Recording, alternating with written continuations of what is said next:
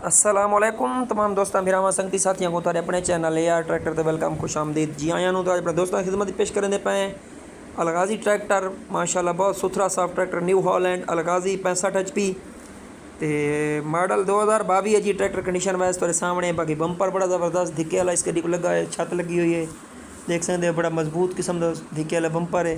तो बिल्कुल जीरो हालत ही मौजूद है गड्डी माशाल्लाह lush condition A to Z बिल्कुल साफ गड्डी किल काबले का रंग रूप का बिल्कुल ज़बरदस्त हालत मौजूद है।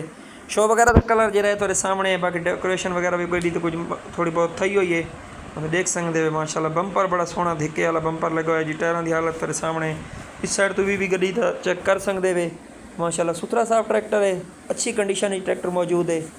तो ज़मींदार ट्रैक्टर है, फॉर सेल है, मुल्तान की लोकेशन है इस ट्रैक्टर की। वीडियो के लास्ट जी मालका का नंबर दे देसो तो ट्रैक्टर मालका नाल रब्ता कर सकते वे। जी डिमांड है मालिक 18.5 लाख रुपए दे करेंदे पैन।